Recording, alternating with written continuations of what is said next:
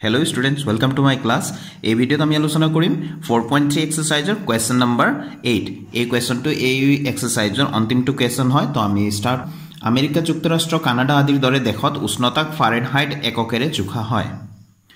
কিন্তু ভাৰতৰ দৰে দেশত ইয়াক সেলসিয়াছ এককেৰে জোখে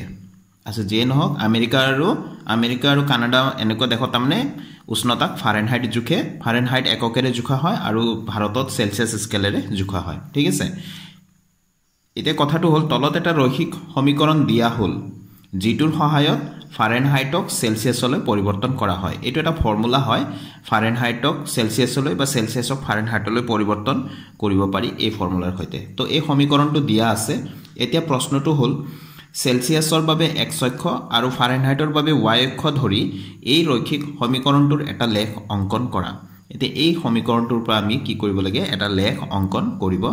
লাগে ঠিক আছে কৈ দিছে যে সেলসিয়াছৰ বাবে x অক্ষ ধৰিব লাগে ইয়াত সেলসিয়াছ আৰু ফাৰেনহাইট দুটা কথা আছে হেকাৰণে সেলসিয়াছৰ বাবে x অক্ষ লব দিছে আৰু ফাৰেনহাইটৰ বাবে y অক্ষ লব দিছে সিম্পল কথা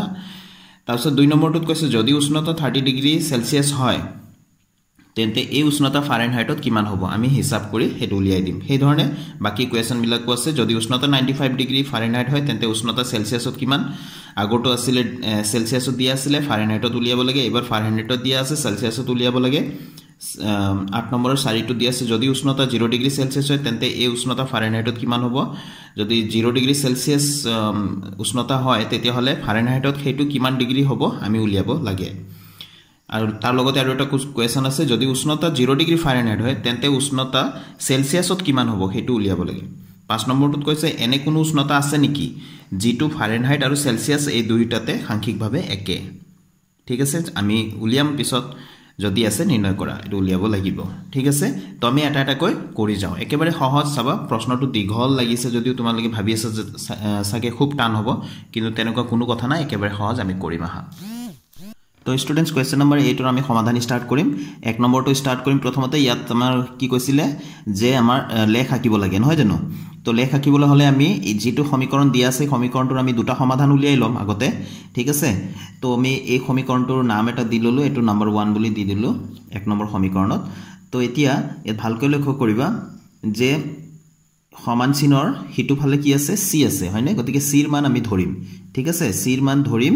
আৰু f ৰ মানটো উলিয়াম তো আমি ইয়াত লিখিম ধৰা হল c এতিয়া কিমান ধৰিম c এনেকৈ ধৰিম যাতে 5 এৰে কটাকটি যায় গতিকে প্ৰথমতে আমি c 0 বুলি ধৰো ঠিক আছে তো আমি এক নম্বৰ সমীকৰণৰ পৰা কি পাম c 0 ধৰাৰ লগে লগে এখিনি 0 হৈ যাব তাৰমানে ভগ্নাংশটো থাকিব নালাগে তো f equals 9/5 into c ঠাইত আমি কি লিখিলো 0 plus 32 ঠিক আছে তো এখিনিৰ পৰা তো 0 হৈ গল 0 plus 32 হল ইকুয়ালস কিমান পালো আমি 32 পালো ঠিক আছে তো এবাৰ আমি c ৰ মান আমি 10 ধৰো ঠিক আছে তো এক নম্বৰ সমীকৰণৰ পৰা আমি পাম f equals 9/5 ব্ৰেকেট নি দিলে হল পুৰণ দিম আমি 10 লিখিম c ৰ ঠাইত ঠিক আছে plus 32 আছে plus 32 তো 5 এৰে 10 ক কেবাৰ যাব 5 to 10 তো কিমান হৈ গল ইফালে 9 to 18 পালো প্লাস ইফালে 32 ঠিক আছে তো এতিয়া 18 plus 32 কিমান হৈ যাব এটো 50 হৈ যাব হয়নে তো আমি 50 পালো তো আমি এতিয়া ইয়াতে তালিকাখন আমি বনাই লম আমাৰ দুটা সমাধান যেহেতু আমি পাই গলো তালিকাখনত ভালকৈ মন কৰিবা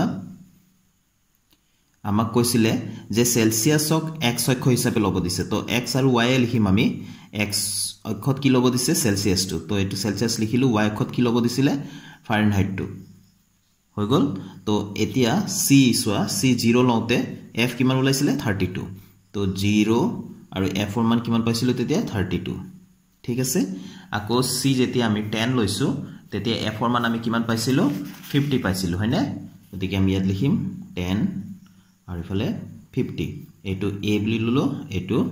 b বুলি লৈ ললো এতিয়া আমি লেখত বহুৱা একেটা তো স্টুডেন্টস আমি লেখৰ বাবে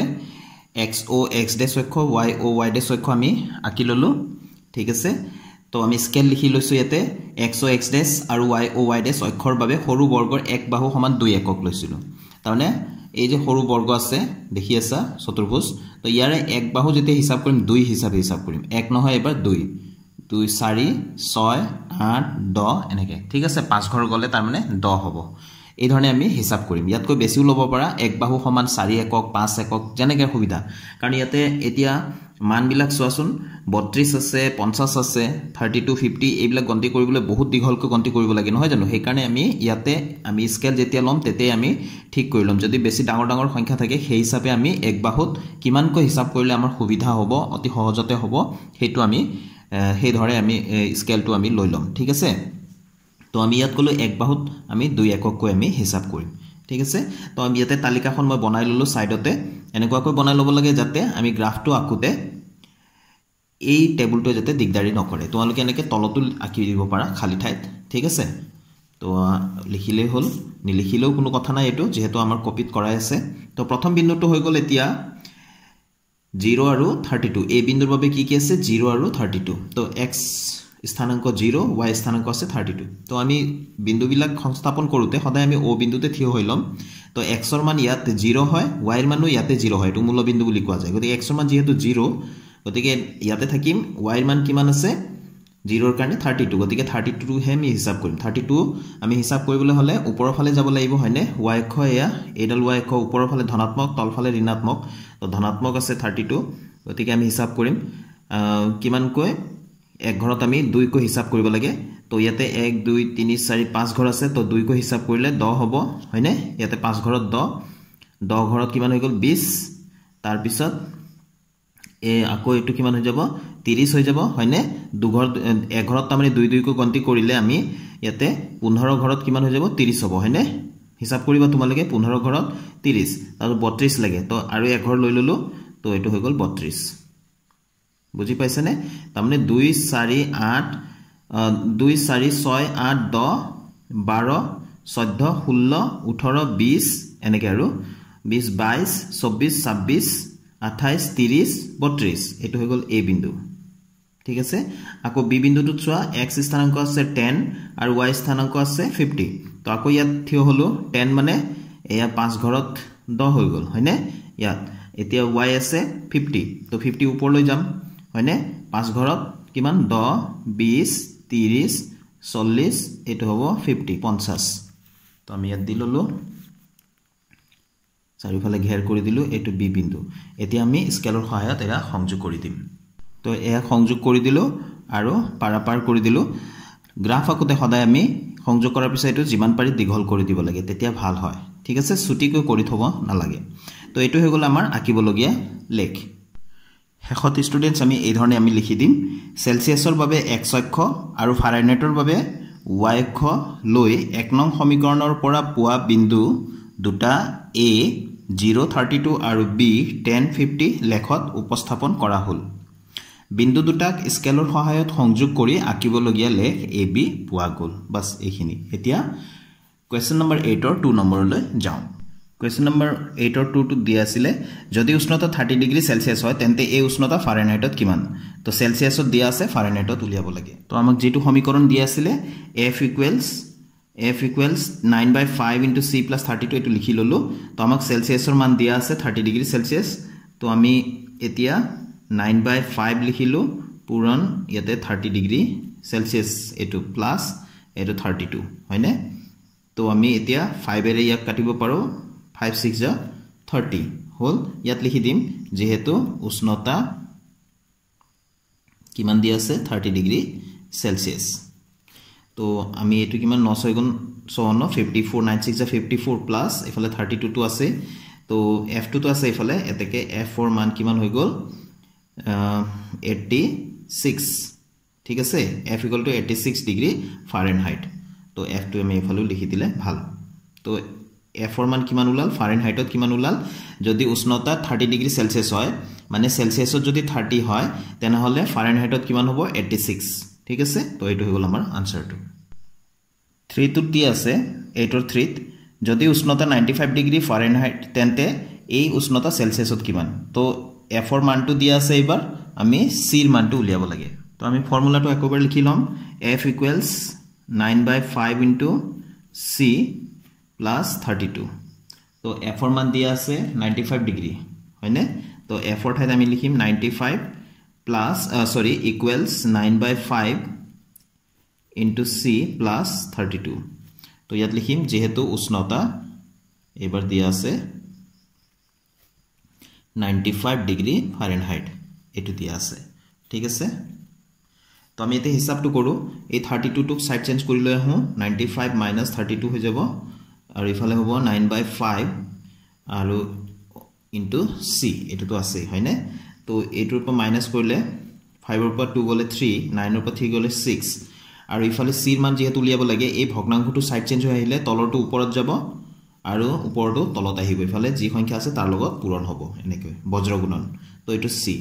ঠিক আছে 9 7 গুণ কিমান হয় 63 হয়নে তো 7 5 যে কিমান হয় 35 আৰু ইফালে C আছে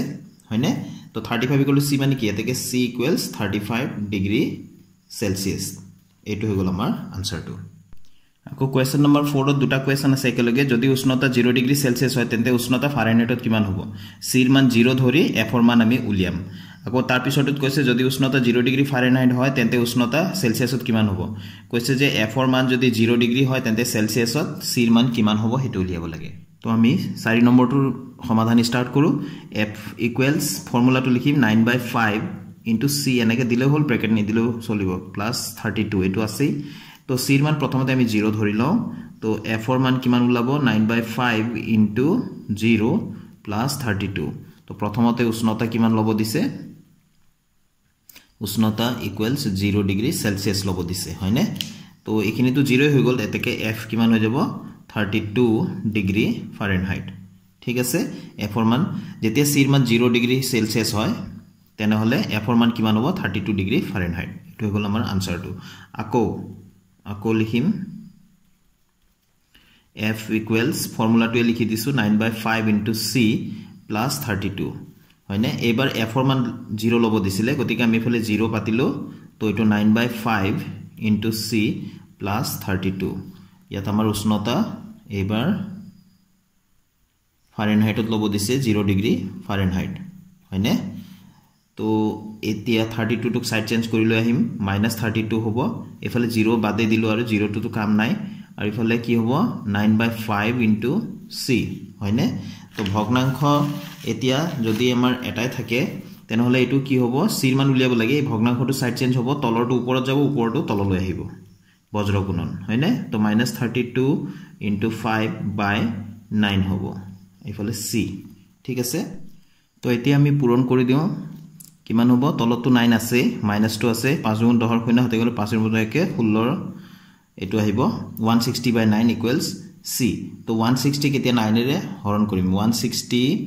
9 এৰে হৰণ কৰিম তো 9 গুণ 9 9 1 9 ইয়াৰ পৰা আহিল 7 আহিলে 0 9 7 যা কিমান হয় 63 তো 70 পৰা 63 গলে আকৌ 7 আহি গল তো ডেসিমেল দিলে ইয়া 0 পাম তো 9 7 গুণ আকৌ 63 হয়নে আকৌ ইয়াৰ পৰা 7 আহি গল ডেসিমেল আছে 0 9 7 গুণ 63 63 এনেকে নেভাৰ এন্ডিং হ'ব এটো আৰু ইফালে উলাই গৈ থাকিব তাৰ মানে আমি কিমান লিখিব পাৰো যদি দশমিকৰ পিছফালে মাত্ৰ এটাই লিখিম তো ইয়াৰ পিছৰটো আমি চাম এই অংকটো যদি 5 বা তাতকৈ ডাঙৰ হয় তেনে হলে ইয়াক 1 বঢ়াই লিখিম এটো নিয়ম ঠিক আছে তো এটো কিমান হ'ব তেনে হলে আমি ডাইৰেক্ট লিখি দিব C ৰ মান কিমান হ'ব ইয়াৰ পৰা যিমান উলাইছে হৰণ কৰি হিমান এতেকে C ইকুৱেলস কিমান হ'ব ইয়াৰ পৰা হৰণ কৰি পালো -2 তো থাকিবই মাইনাস এটা আছে 17.8 ডিগ্ৰী এটো সেলসিয়াস ঠিক আছে তো 8 কিয় লিখিলো কৈছিলো মই যে আমি এটা দশমিকৰ পিছত জোৰলৈকে লিখিম তাৰ পিছৰ অংকটো আমি সদায় লক্ষ্য কৰিম এটো যদি 5 বা তাতকৈ যদি বেছি হয় তেনহলে ইয়াক 1 বঢ়াই লিখিম হেতু আমাৰ নিয়ম তো আমাৰ আনসাৰটো কিমান হল যেতিয়া ফাৰেনহাইটত আমাৰ 0 ডিগ্ৰী হয় তেনহলে তাক যদি আমি উষ্ণতা সেলসিয়াসলৈ যদি পৰিৱৰ্তন কৰো তেনহলে তাৰ মান কিমান হ'ব সেলসিয়াসত -17.8 ডিগ্ৰী সেলসিয়াস এটো প্ৰায় এবাৰ আমি কোৱেশ্চন নম্বৰ 8 আৰু 5 টো আমি চাইছো ইয়া দি আছে এনে কোনো উষ্ণতা আছে নেকি যেটো ফাৰেনহাইট আৰু সেলসিয়াস এই দুয়োটাতে সাংখ্যিকভাৱে একে যদি আছে নিৰ্ণয় কৰা বুলি কৈছিলে ঠিক আছে তো ইয়াত আমাৰ বেছি চিন্তা কৰিব না লাগে ইয়াত কৈছে যে ফাৰেনহাইট আৰু সেলসিয়াস এই দুয়োটাতে সাংখ্যিকভাৱে একে তাৰ মানে F আৰু C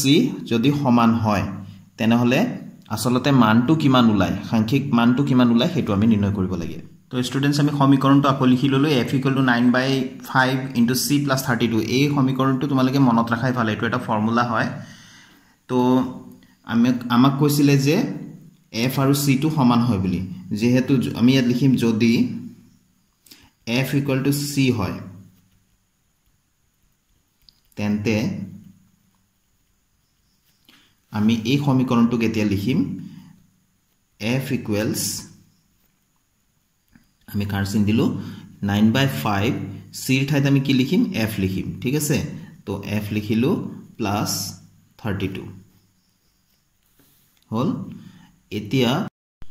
এই f খিনি আমি এফাললৈ লৈ যাও তো এই f আছিল মাইনাস এইটো f টো 9 ৰ লগত আমি পূৰণ কৰি দিলে হল 9f/5 আৰু সমান ইফালে কি ৰাখিলো 32 টো ঠিক আছে এটো ধনাত্মক আছিল সমান চিনৰ সোঁফালে আছিল বাওফালে লৈ গলো সমান চিনৰ তো এটো কি হৈ যাব মাইনাস হৈ যাব তো এতিয়া কি হ'ব এটো লখাগু ললো 5 এটো 5f হ'ব minus 9f equals 32 ঠিক আছে তো এটোৰ পৰা আমি মাইনাস কৰি থাকিম এই 5 টো আমি ইফালে চেঞ্জ কৰিম সাইড ঠিক আছে তো 9f ৰ পৰা 5f গলে 4 টা f হ'ব আৰু কি আছে 9 টো ডাঙৰ গতিকে তাৰ চিনটো ইফালে আহিব আৰু এই 5 টো তলত হৰত আছে গতিকে সাইড চেঞ্জ হয় ইফালে পূৰণ হ'ব তো 32 into 5 ঠিক আছে তো আমাক f ৰ মান উলিয়াব লাগে তো f equals কিমান হ'ব -4 টো তললৈ আহি যাব যেটো পূৰণ হৈ আছে 32 into 5 পূৰণ কৰি নিদিলে হল আৰু 4 দি 4 8 যে 32 তো therefore f ৰ মান কিমান পালো -2 আছে পাহৰি যাব না লাগে 8 5 যা 40 ঠিক আছে তো এতেকে c আৰু f ৰ মান দুইটাৰে একে মানটো কি হ'ব 42 হ'ব f equal to c equals কাৰণ f আৰু c টো সমান ধৰিছিলো হয়নে তো f ৰ মান যেটো হ'ব c ৰ মানো হেতুই হ'ব সেই কাৰণে f ৰ মান যেহেতু -40 উলাল গতিকে c ৰ মানো কিমান হ'ব এটো -40 তো শেষত আমি লিখি দিম এতেকে -40 ডিগ্ৰীত মানে 40 ডিগ্ৰী উষ্ণতাত ফাৰেনহাইট আৰু সেলসিয়াস দুইটাই একে হয় তো এইখিনি হৈ গল আমাৰ কোৱেশ্চন নম্বৰ 8 ৰ সম্পূৰ্ণ সমাধান তো আশা কৰো তোমালোকে নিশ্চয় অংকটো বুজি পাইছা তো ইয়াৰ লগে লগে 4.3 এক্সাৰসাইজ আমি সম্পূৰ্ণ কৰিলো তো তোমালোকে ভালকৈ প্ৰেক্টিস কৰিবা তেনেহলে আজিৰ ভিডিওটো মই এটা সামৰিম ষ্টুডেন্টস নেক্সট ভিডিওত আকৌ লগ পাম নতুন কোৱেশ্চনৰ সলুশনৰ সৈতে thank you students keep watching my channel